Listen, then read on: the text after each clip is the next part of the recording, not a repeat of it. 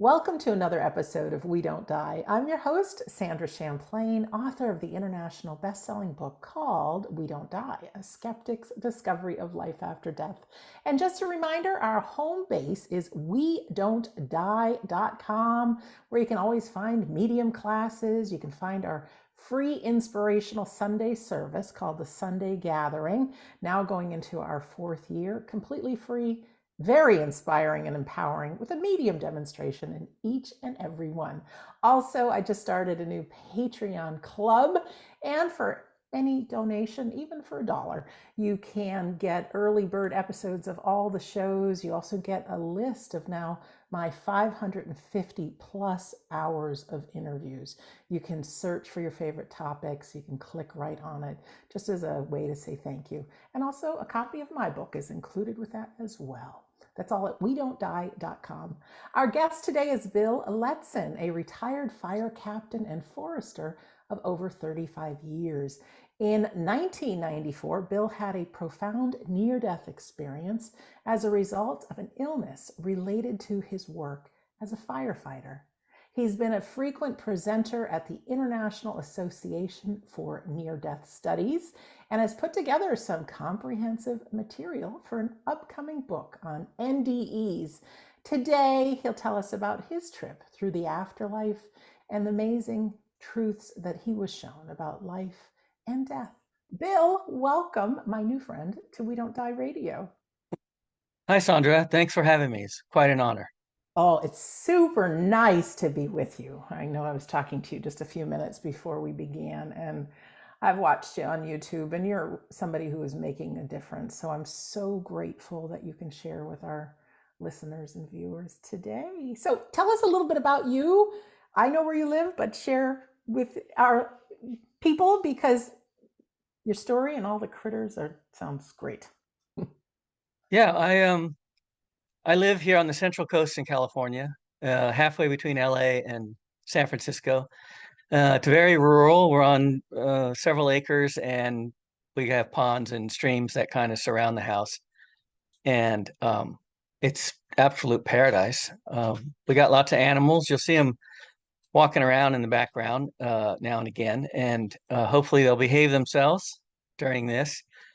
And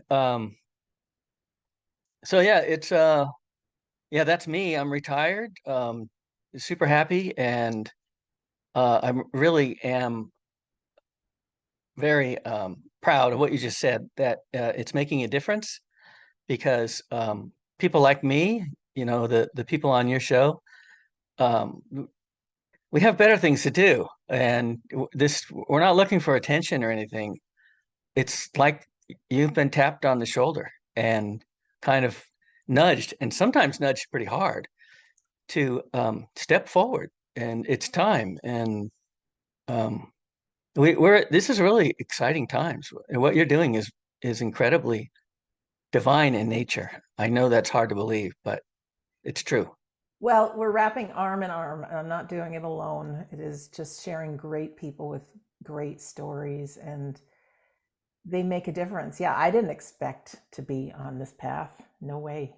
And I'm sure you didn't either. No. Here we are, and I think that's why it makes our people listen to our voices and our stories, because we're just normal people with some extraordinary things to share. So, Bill, tell us what happened. Go back in time, and maybe if you had any beliefs in the afterlife before or not, and then, yeah, if you wouldn't mind telling us your story. Yeah, my story was in 1994. I was working, and and before that you said something about my spiritual beliefs in the past.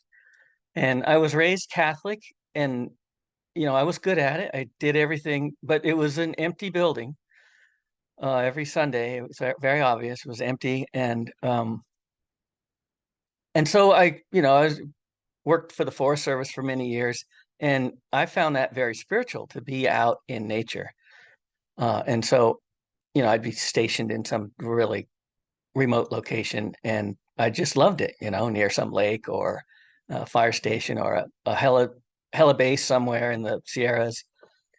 And I just loved it. That was my religion. We'd get off work, we'd run through, the forest. We'd run trails, and you'd get filled up with that divine presence that's in those natural still places.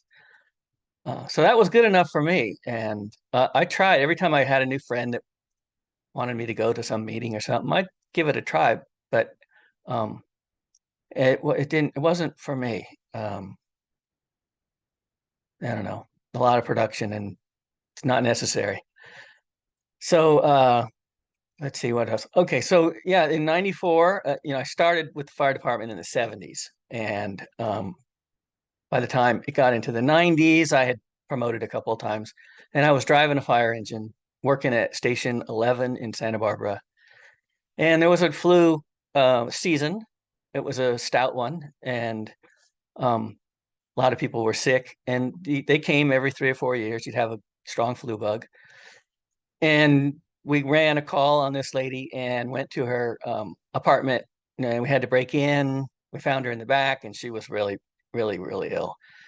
And we kind of sprung into action. And I slid across the bed with the oxygen and was gonna trying to get a mask on her. And she realized there was firemen all around her, and she let out this big sigh of relief because she'd been hurting for a couple of days. And I was taking a breath in as I was over her taking a breath in as she did that. And I felt her warm breath go right into my lungs. And I looked at the guys like, oh man, that did it for sure. And they were like, yep, probably. And, we got her to the hospital and she turned out great. Um, but we went on days off, and within a couple of days, I was super ill, super dehydrated, really high temperature. Um,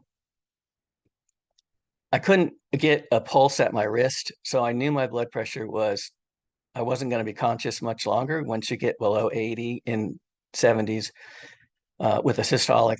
And my heart rate was just racing, trying to make up for the lack of perfusion.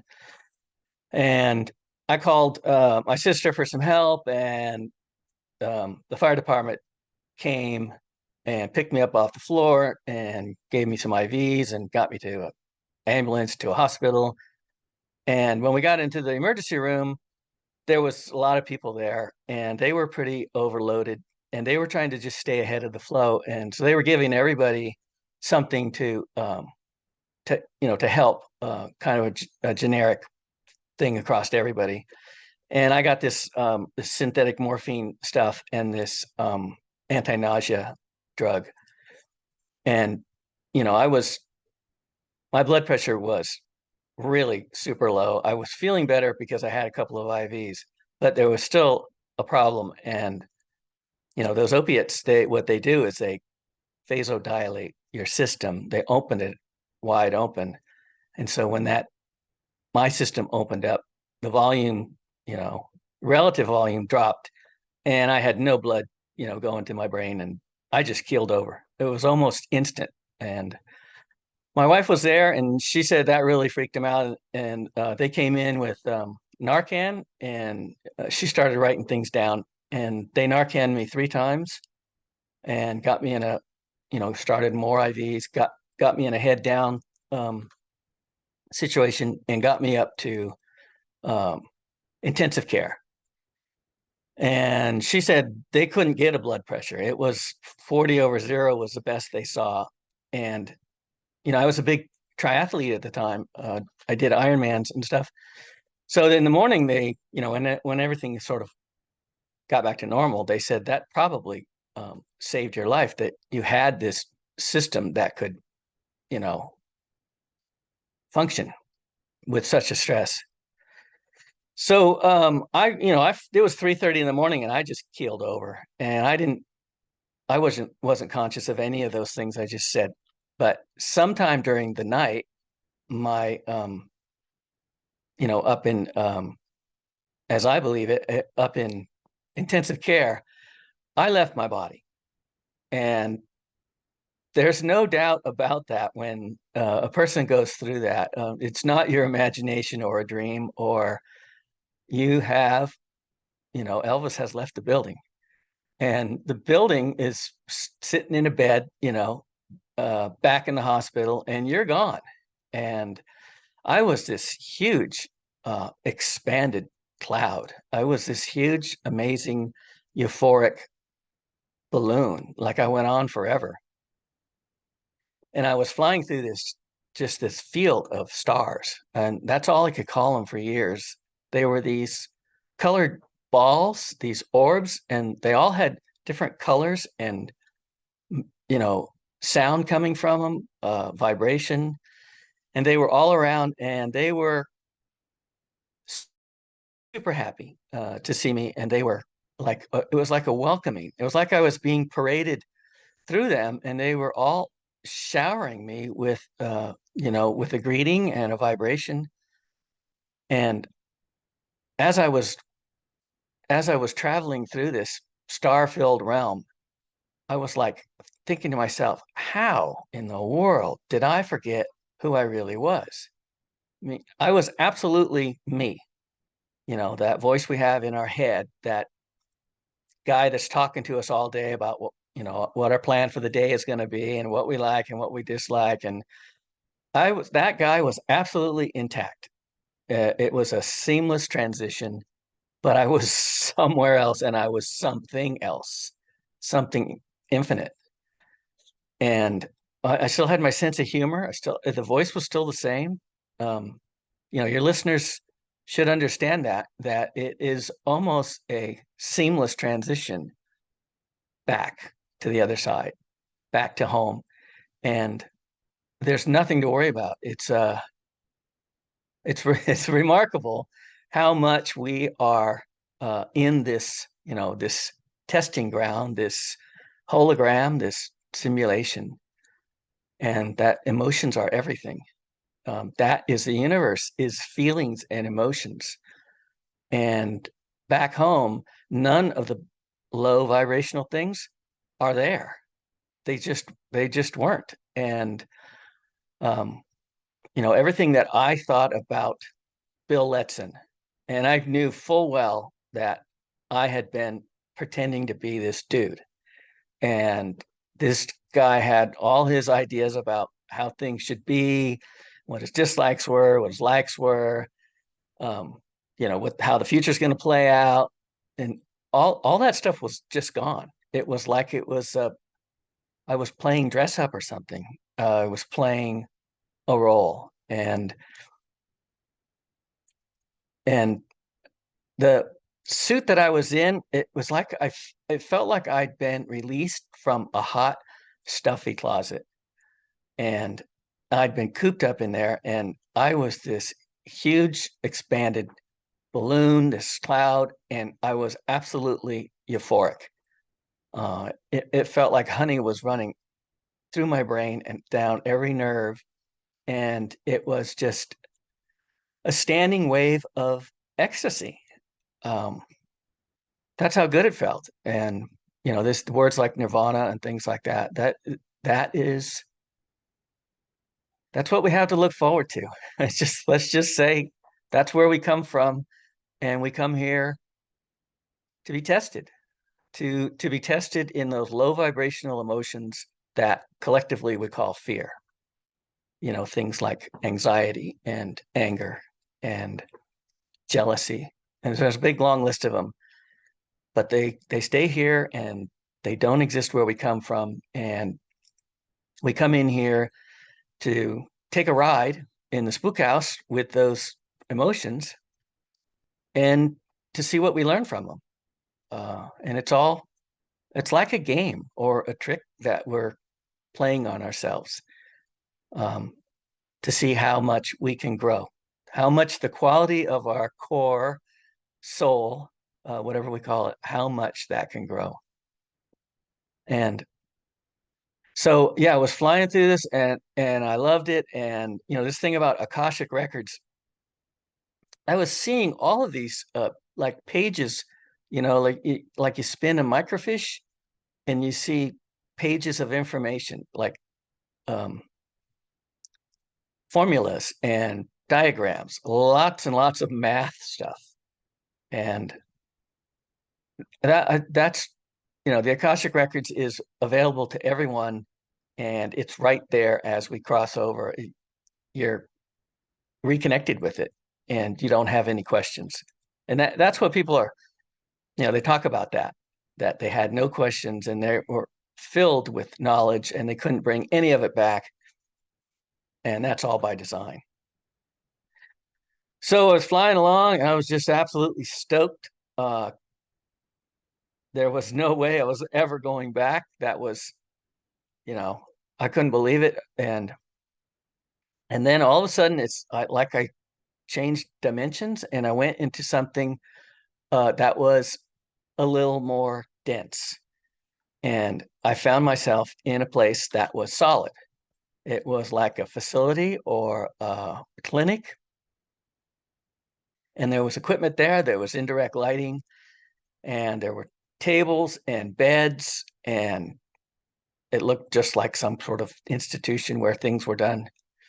And right in front of me were these three short little hooded guys in these dark robes.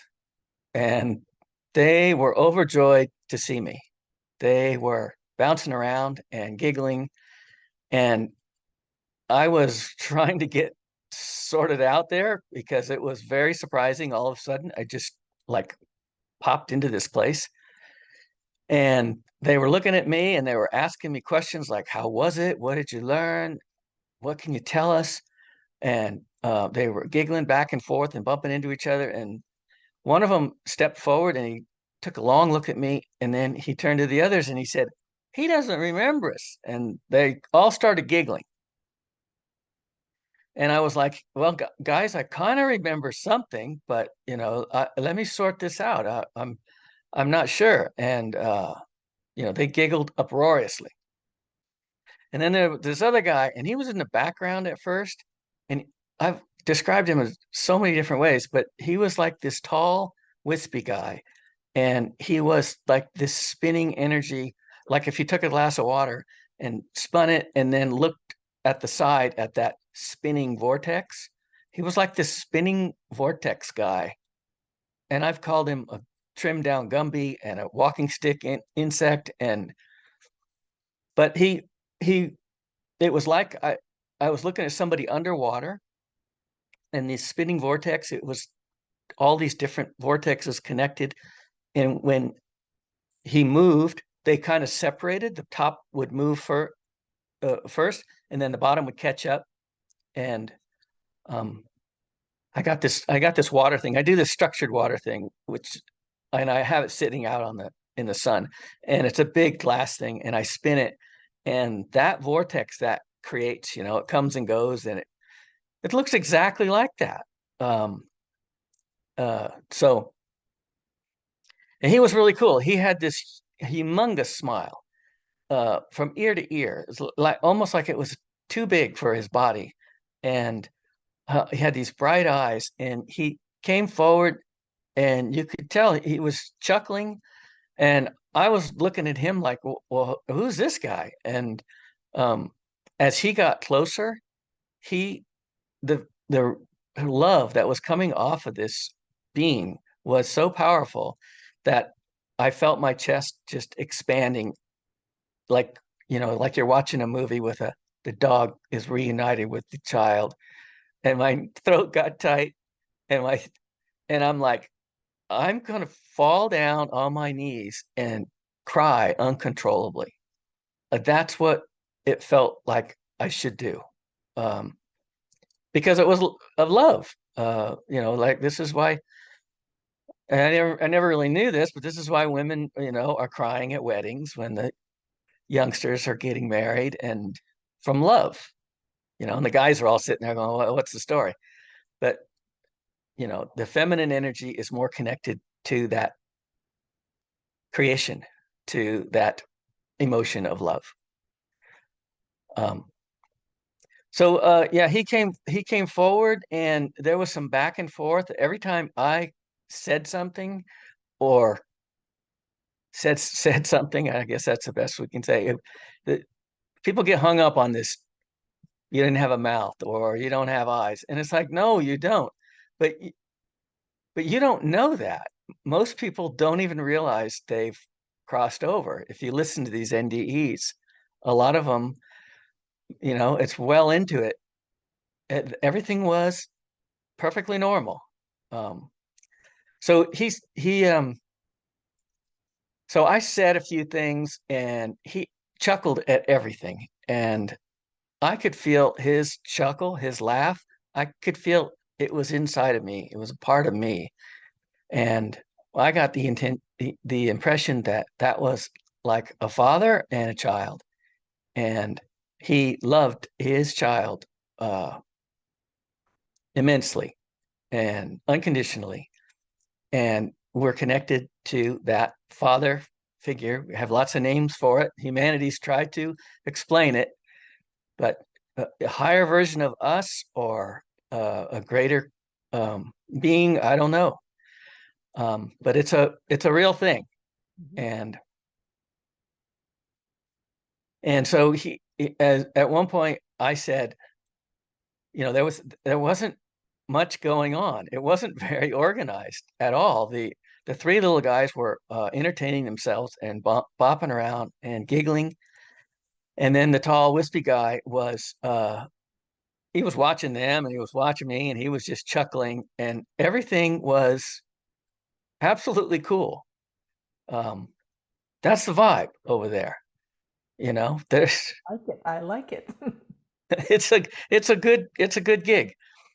And so at one point I said, well, I'm not going back where I was. And eventually I got to move away, move on from this place. And, I had already experienced that heavenly realm, those orbs, those stars. And the impression was that was a limitless dimension. There were, there was nothing you couldn't do or be for as long as you wanted to do and be it. Um, so I was ready to, check out of the facility as soon as they'd let me. And so I told him, well, I'm not going back there to Earth. That's for sure. That's never going to happen. So, I understand there's this review process. You guys want to get through that, and so I can get going. And he just cracked up. He started laughing, and he said, "Sure, let's do that. How do you want to start?" And I thought that was funny that it came from me.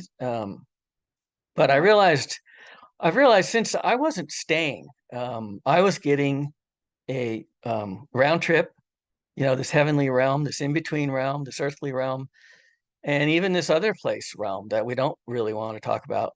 Um, we'll get to that. But I was getting this fantastic uh, tour, and 30 years later, I was supposed to start talking about it with people like you who've been sort of tapped on the shoulder to start talking to people like me.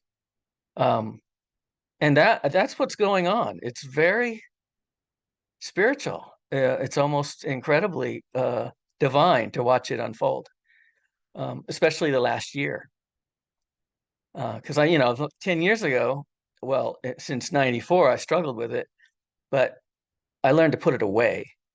And then in 2010, it came back.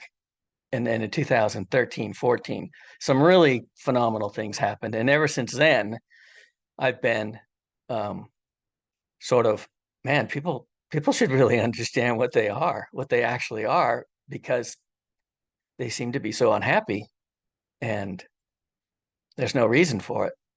Um, so anyway, I, I, I said a few things. He was back to talking with the tall, wispy guy, and I told a few stories, about different things, and he just nobody was really paying attention. They didn't care what I had to say. They were just humoring me. And then he finally goes, "Okay, that's enough. Time to go back." And it's like he was picking up a toddler, and saying, we're gonna leave grandma's, you're going home. And I'm like, "Time to go back?" What? And he says, "Yeah, you got to go back." And I did the thing where I told him I was almost 40 and there's no reason to go back. And I told him a few other things like, I had lots of friends, but there was only my parents and my wife would be the only ones that would be fairly uh, seriously impacted by my demise. But I told them they'll get over it. They're strong people. And he thought those were all good, funny, you know, cases for me to plead. And then he goes, "No, you're going back, man." And he came forward, and the place just started breaking up, uh, just like I was being beamed out of there, like Star Trek, the transporter. It's like everything just started dematerializing. Um, and I dropped away into darkness. And when I say dropped, it was a drop in frequency. I was moving at a slower, um, lower, heavier uh, vibration, and that was really clear that. And it's a lot of people say descended. We descend into the material world and things like that. And it's a slowing down of the energetic beings that we really are. Um, so yeah, I dropped away into darkness, and I was somewhere near my body. And however it was, that all that, that we possess, the energy that we create here with our thoughts. We all carry trauma and drama, and these are energetic entities or beings, or their energy that sticks to us. And as I went through that, or it was the heaviness of this realm, but it was someplace you didn't want to be. It was lonely, and it was dismal, and it was heavy, and you absolutely didn't want to be there. And then I woke up again in my body, and I noticed there was this whole thing where I was watching the equipment that I was hooked up to. I was watching the readouts, and I saw it climb over the next few hours. And I realized my pressure was back, and a lot of my vital signs looked good on those. And so I sort of sat up, and the intensive care nurse walked by, and she'd been walking. They keep an eye on you, and she's like, "You're awake." And I was sitting up looking around, and I'm like, "Yeah, I'm awake. I need to talk to you." And and she goes, "Well, I gotta go tell the doctor. We didn't know what had happened to you or where this was going, or you know, I we didn't know what was going on." And I said, "Yeah, that's cool. You can go talk to the doctor, but first, what am I doing back here?" I was pissed. And I said, "I was home. I made it out of here. I was safely home, and I was with my best friends that I'd known forever. And how is it that I got back here?" I had bought the farm. I was absolutely convinced of it. And she was one of these gum chewing old nurses, and she said, "Honey, you were in escrow, but you fell out of escrow." It's sort of the bought the farm, Right. you know, Yes. thing I said. So it's a good joke. And she said, "You fell out of it, escrow, and now you're back with us. And you need to get your head around that." And so I've talked to other NDEers, and that was a really good thing that she did, because it was an immediate grounding. And I remembered her words. You listen to those old nurses, you always do. Yeah. And I listened to her words, and they echoed in my ears. And a lot of NDEers, they have this separation from the divine energy that we are. That is incredibly traumatic. And it's really, you don't even you don't want to be here when you're pulled away from that. That's why babies cry when they first come out, I think, is they're in this realization that, oh crap, Yeah. I'm back here. And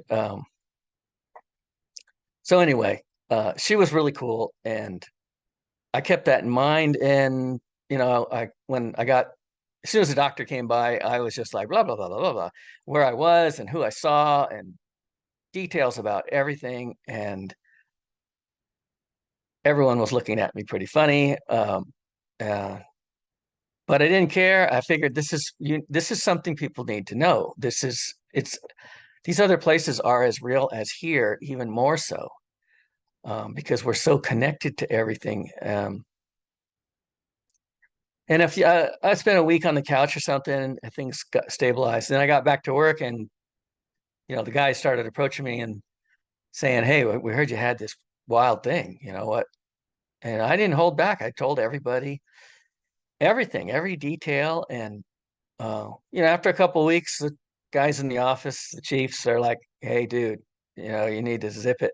And I did. I dummied up for about 15 years, and that was okay because it was my personal thing. I didn't need to fix the world.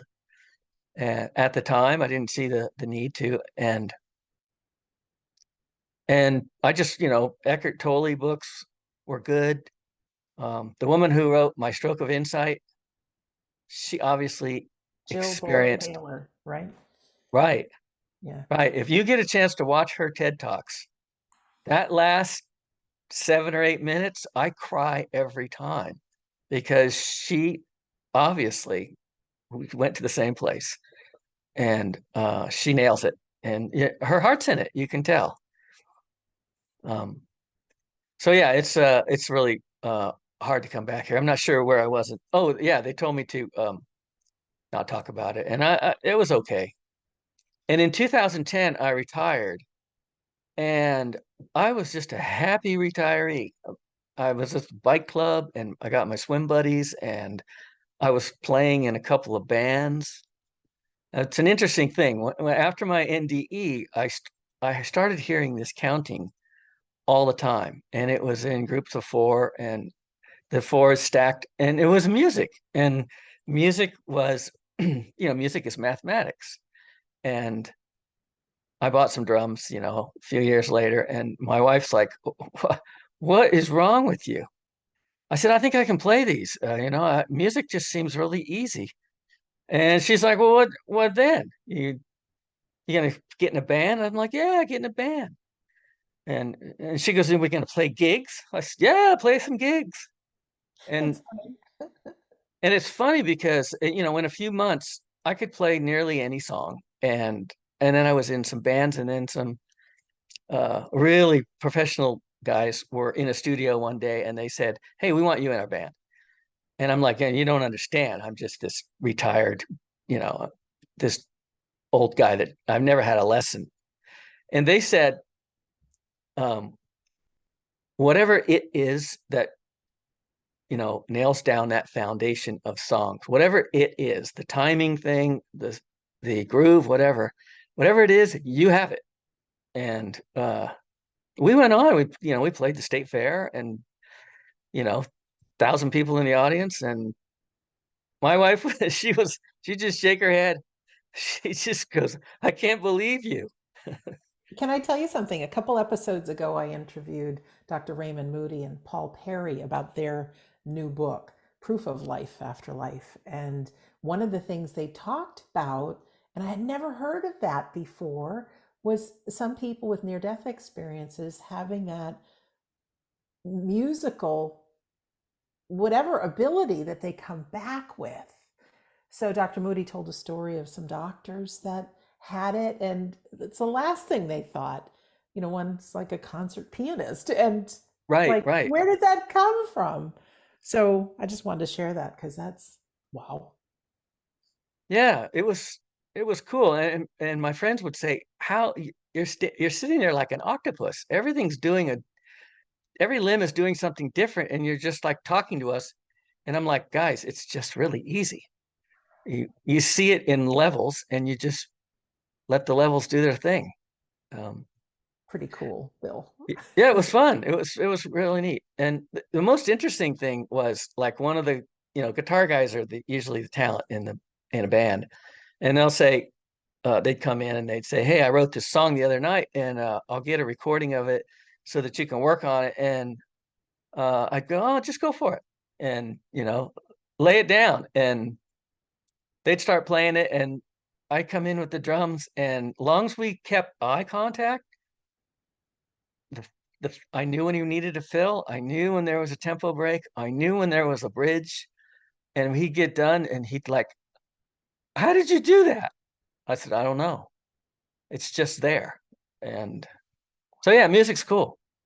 Yeah, Yeah, we are music, we are this creative flow. We're music and art and dance, and that's what we come from. that's so great. Where does the story go? Because at that point, you still weren't open like you are now. Was there a kind of a knock on you somewhere like, hey, guy, it's time for you to talk about this? Oh yeah. Yeah, it was 2010 I retired, and I got off on that whole band thing, but Oh, I love it. Love your stories. Keep them coming. I was okay. But I was a happy retiree. I mean, I'm like, this is awesome. I'm gonna do this the rest of my life. And then all of a sudden I kept this thing going to Costa Rica. It just became like an obsession. And it was, my parents were upset with it, my wife was upset with it. And I would just go down there and I would drive around looking for something. And I kept getting, I pretty soon I was on the dirt roads, and then I was on the trails, and I was getting further and further away from, our technological world. And I ended up with shamans and this village in Costa Rica. It's called Pachamama. It's really they spend weeks in silence, and they silence every night, and it's a spiritual community, but they're awesome, awesome people. You can go there and take their classes, and um, so yeah, I would go every chance I could get away without um, ending up in divorce. Or I would get on a plane and fly down there, rent a car, and drive around the Guanacaste Peninsula, and Pachamama was the area around Nosara and Pachamama. There's a lot of spirituality there, and the shamans are pulled there. It's a blue zone, which makes perfect sense. Um, you've heard of these blue zones? There's like five in the world Mm-mm. that they're super connected to the earth in its natural rhythm, and that's why the people that are there are so different. So yeah, it's a blue zone, and after a while, and I drank ayahuasca a few times. I never got too crazy. I do not recommend that for anybody. Um, and hopefully we'll have time. I can talk about that. But um, yeah, ayahuasca is a DMT, which is mimicking what happens in the near-death experience. So it's a forced near death. If you're ready for it, it's a forced astral travel. And most people aren't ready for that, because it's the energies that are here in this earth plane are just as devastating as the enlightened plane is, glorious. And suddenly you find yourself in those realms. Yeah, I've And heard some not so nice stories from those experiences. Very vivid, very clear, right. but not like the near death experience, feeling the unconditional love and joy and those beings laughing and loving you and all that stuff. Yeah, the near-death experience, I think, is an invitation. And when you have the quality of your soul has reached a certain limit or level, then the other side says, okay, send him an invite. And you can RSVP, or you can go on your merry way and ignore it, but you'll get another invite. And yeah, the near-death experience is, hey, check this out. What do you think? You want to look further? And that's what I don't even know if most NDEers understand, that it's an invitation to look further at to what you actually are, that you are this eternal, infinite being, um, and that the human being is a temporary sort of avatar, um, sort of a puppet. Um, that you have wonderful adventures, uh, a divine gift. Exactly. Yeah. So yeah, I don't recommend the DMT thing. And a lot of kids, they smoke that DMT, or they do a heavy dose of it. And any human being, if you give it the right dose, um, you will pop out and you'll see things like I saw, and you'll never be the same because if you delve into that realm with fear, then that realm becomes fear. It becomes fearful. And I think that's what happens to a lot of people. And the Australian government did a survey on people who drank ayahuasca, and 98% never went back and didn't recommend it to anybody else. So it's not in um, the divine plan. The divine Exactly. the Exactly. yeah, the Yeah. divine plan is that we question who we really are, and we sit in nature and with stillness and silence, and we let go. We let go of the material realm, and the divine realm just comes flooding in. Mhm. And that's what all of us can do it just by sitting still. You don't need instruction. You don't need sitting still in nature and letting go. So, How yeah, I just wanted to go ask ahead. you, how clear was your near death experience? Is it something like you're telling the story right now and it's like it happened yesterday that you can see those little guys and Yeah, all that? Yeah. That's something in common, as uh, that they're so clear, even if they happened years and years and years ago, clearer than any other memory. absolutely. Yeah, I can see their smiles. I can see the little uh, sort of playful look in the little guy's eyes. They're like little Sweet. elves. And their Yeah, love they're for you. sweethearts. They're Yes. sweethearts. And the big guy, he was just like this spinning mass that came around me, and just this huge smile. Mhm. And I don't know how much how much time we have, but We you can like go. It's just you and me. okay.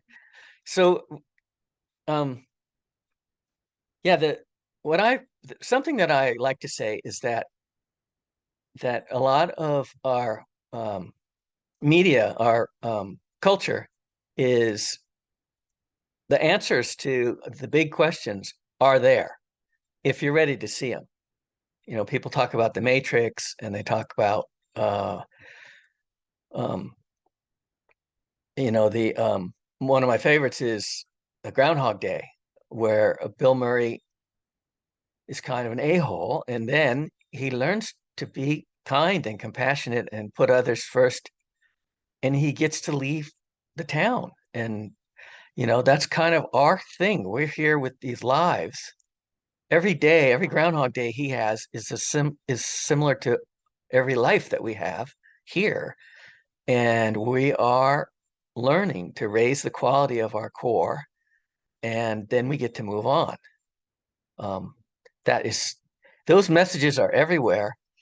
And we've been talking about my near-death experience, and I, I just came across this recently. But Dorothy, she goes up in this spinning vortex, and the window comes off and hits her in the head, and she peels away from her body, and she goes from this black and white kind of stark world, and the door opens, and there's these huge colorful flowers and all these things. People talk about how vibrant the grass is and how colorful, and she walks into there, and then there's these giggling little fellows. They're hiding at first, but they come at her in groups of three. These playful little giggling, That's right. the Lollipop Guild and the dancing girls, they come in groups of three. And then there's this tall, wispy, angelic Glinda arrives as an orb. That's the kind of balls that I was flying through. She flies in as an orb and kind of sends her on her way. She's lighthearted about it, but she's in charge. And every time Dorothy has trouble, Glinda shows up, this higher self shows up, and corrects things, as they're, so it's, it's right there, that's, if you're ready for it, but If you're it's, ready for it. Yeah. yeah. And that movie Communion, that's a horror movie, supposedly, but Christopher Walken, he's finds himself in with these little hooded guys, and they looked exactly like what I saw. And Christopher Walken, as the movie progresses, at first he's fearful, and uh, he sees them several times. This sort of alien abduction inference, and then he's not. He kind of goes at it, kind of nonchalant and kind of confident, and he's in the room with them and he's high-fiving them, and they're laughing and they're bouncing around, exactly what I saw. And there's this tall wispy guy that's in the background that's also in that um, environment that Christopher Walken's in. And at the end of that movie, it's really cool. The Christopher Walken and the lady who plays his wife, they're like talking to the audience, and she says something about um, don't look at it as a curse. Look at it that you're chosen.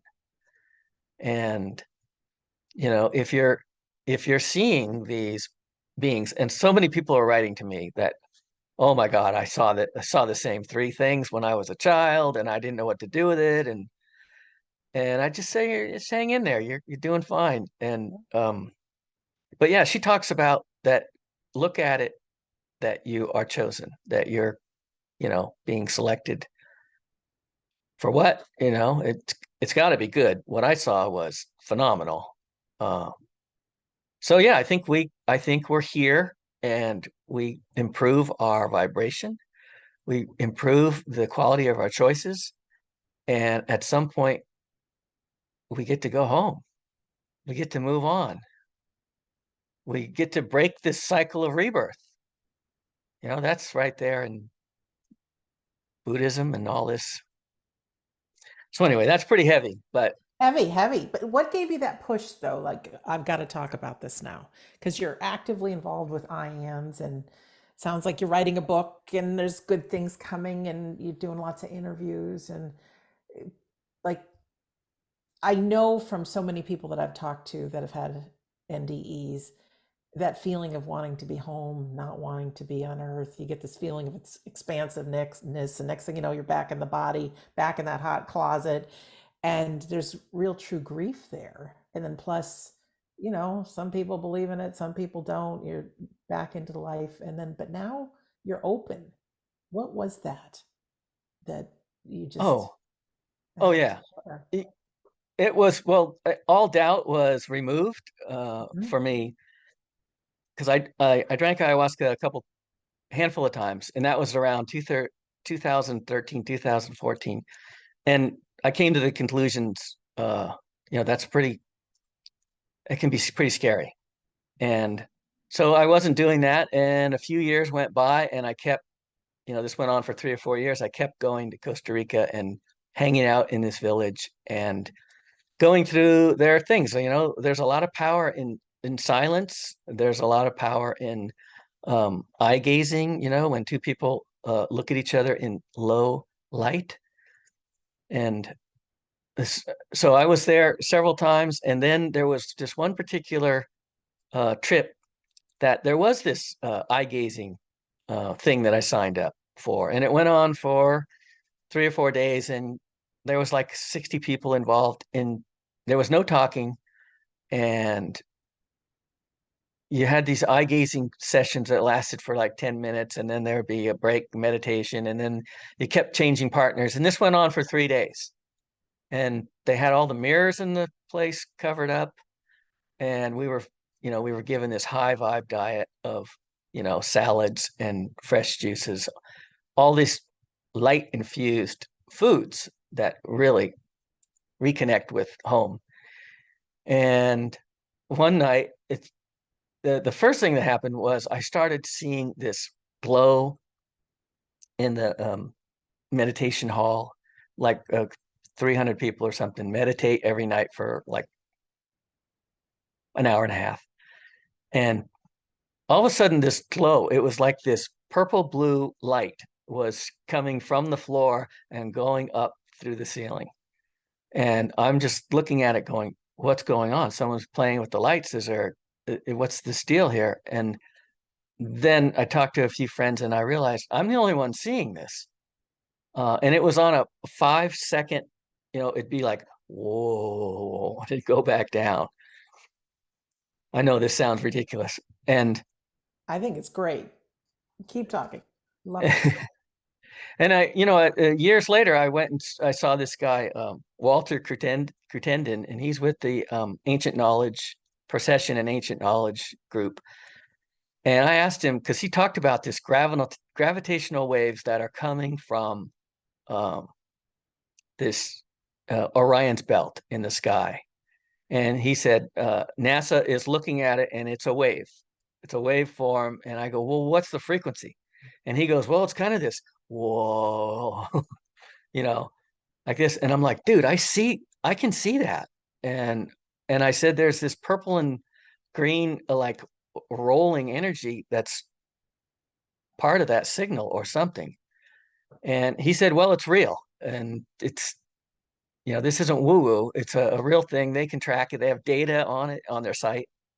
And, and then a lot of UFOers, they're all talking about that same place in the sky. They call it Sirius or um, the Pleiades, star group called the Pleiades.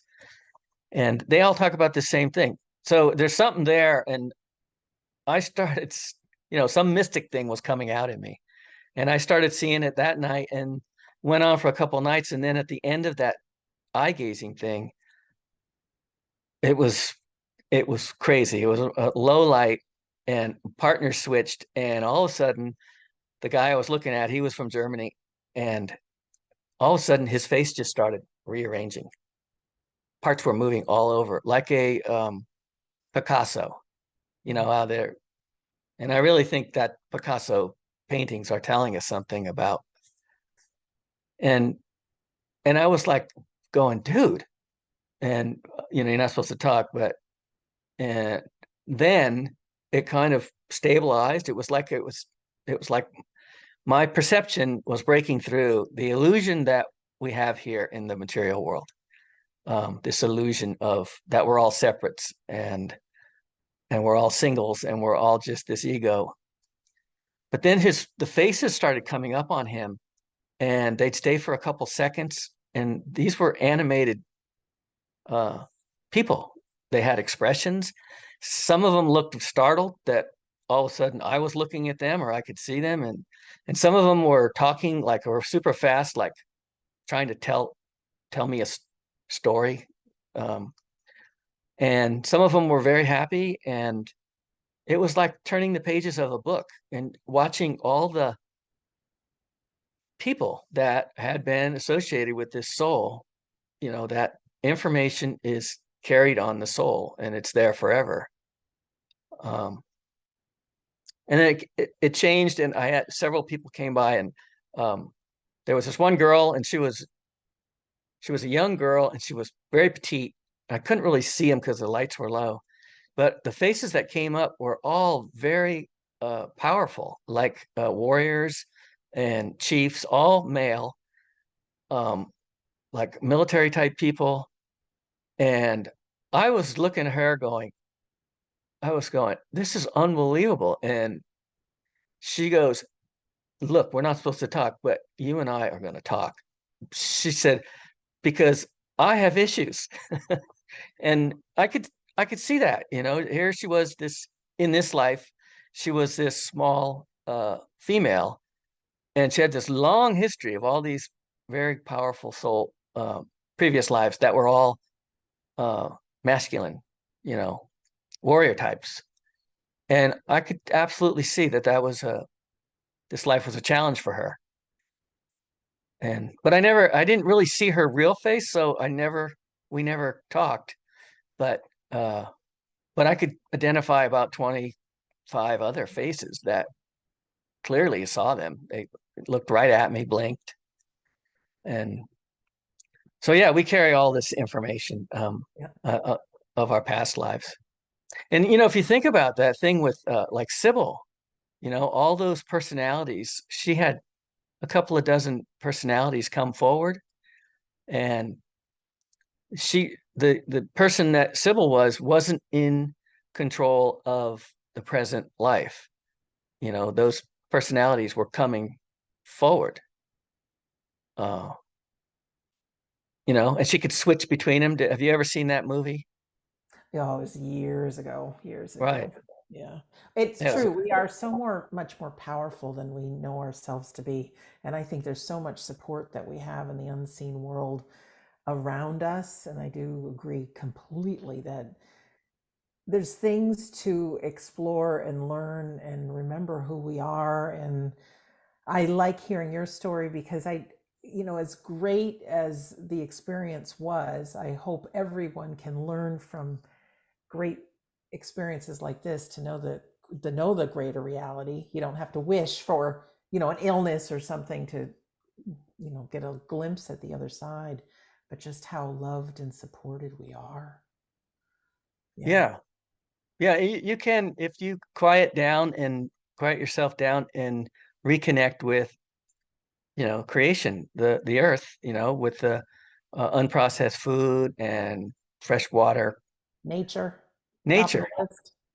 Yeah. If you reconnect that, it can come flooding back. Um, everybody. Yeah. So What that was else? a Yeah. What else do you want to say? We could probably go another 10 minutes if that works for you. yeah, great. Yeah. Okay. But I So don't want to cut you off. You got good stories. the big push was that night I went back, you know, we were all sleeping outside. We're still in this group. And I looked up at the sky and I made a very clear uh speech to the divine. And it was very obvious that we are in this veiled reality, um and there are thousands of beings watching us all the time, you know, rooting for us all the time, following us. And I just, you know, I kind of pictured in my mind those three guys I'd seen years before and a tall, wispy guy. And I just, from my heart, I just said, guys, what I have seen in the last couple of days, uh, I had plans, but my calendar is clear. Whatever you need from me, I'm your man. And it, you just let me know. And I meant it. I meant it with my entire soul. And then I had this thing happen with this stars, and I was thinking to myself, what's going on now? This really powerful star-like vision, and it was going through me, and I started this vibration thing, and a lot of things happened after that. And I was talking to the spiritual leader of that community, and he said, you need to uh, become familiar with the term Kundalini and pranic energy. And he was very serious. He said most people never understand what's going on. And um, so I did, you know, I did Kundalini yoga and I read up and looked. And there's a point where when we accept the invitation, where the other side says, okay, um, that little seed of Kundalini energy that's in our bottom of our spine, it wakes up and it comes up through the chakras. And it can be pretty physically devastating because it's stretching your central nervous system. It's opening it up so that you can feel and receive more information, more energy from the other side. And that's what's been going on with me. And ever since that night, I was like, you know, I'm on your team. I work for you. And I started going to the IONS meetings in Santa Barbara. And when Barbara Bartolome came to me, and I would sit with the group, the experiencer group, and I tell my story, people's mouths would drop open. And I go, what? And they're like, this is pretty extreme. And Barbara came and said, you need to tell your story to the group. And it's a big group. And I said, okay, I'll do it. And that's when, and then the phone just started ringing. Yes.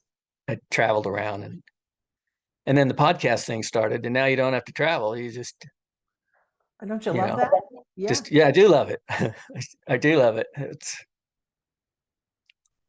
So Wow. yeah, that's uh that's my story. That's your story. That's your mission. And I am sure, well, you as well as myself and everyone stepping up to the mission are fully supported along the way. I don't think we get to see the big picture. We just get to see the next step. And if we don't take it, there's this little voice that just keeps nudging us in a certain direction. Oh, well, Bill, what else would you want to share? We've got in our group, our listeners and our viewers, we've got a lot of grieving folks who have a loved one who has transitioned. Grief is devastating, of course, and they're just hoping and praying that their loved one's around and they're going to see him again. And there's a purpose to all this suffering. You want to share just some last thoughts before we say, see you later, alligator? Yeah, I'm glad you asked that. Uh, yeah, we talk about the near death experience, and that is, where the pineal gland makes the DMT and it splashes the brain with the DMT and rockets the soul out of the body. And it drops a little on the brain each night, and that's when we dream and soul travel. We really are going home. It just becomes, with the Kundalini thing, it becomes crystal clear. It's as real as this side is for people like me. And so yeah, that's the thing with our pineal gland, and then the ayahuasca people, the DMT people, they're mimicking that death experience with the DMT. But the third group is the deep meditators, like Edgar Casey. He sit quietly and he could stimulate his pineal gland to, he would start that blinking thing, that REM sleep. And, I get it right here. It's like a vibration. And you just go with it. Fear will shut it down, but you just go with it. And if you it's like going to the gym, and we're really cut off in these times, but it's like going to the gym. You do it enough, you'll reconnect with our ancient powers and what the ancients knew about how powerful we really are. And you you can see those loved ones that have passed, and they're on the other side, and nobody ever died. I guess that's a good way to end this, because this is we don't die podcast. So yeah, it's true. Nobody ever died. We just dropped the Earth suit, the avatar, and we slipped out of the physical, and we've gone home to paradise, to euphoria. And they're right there on the other side.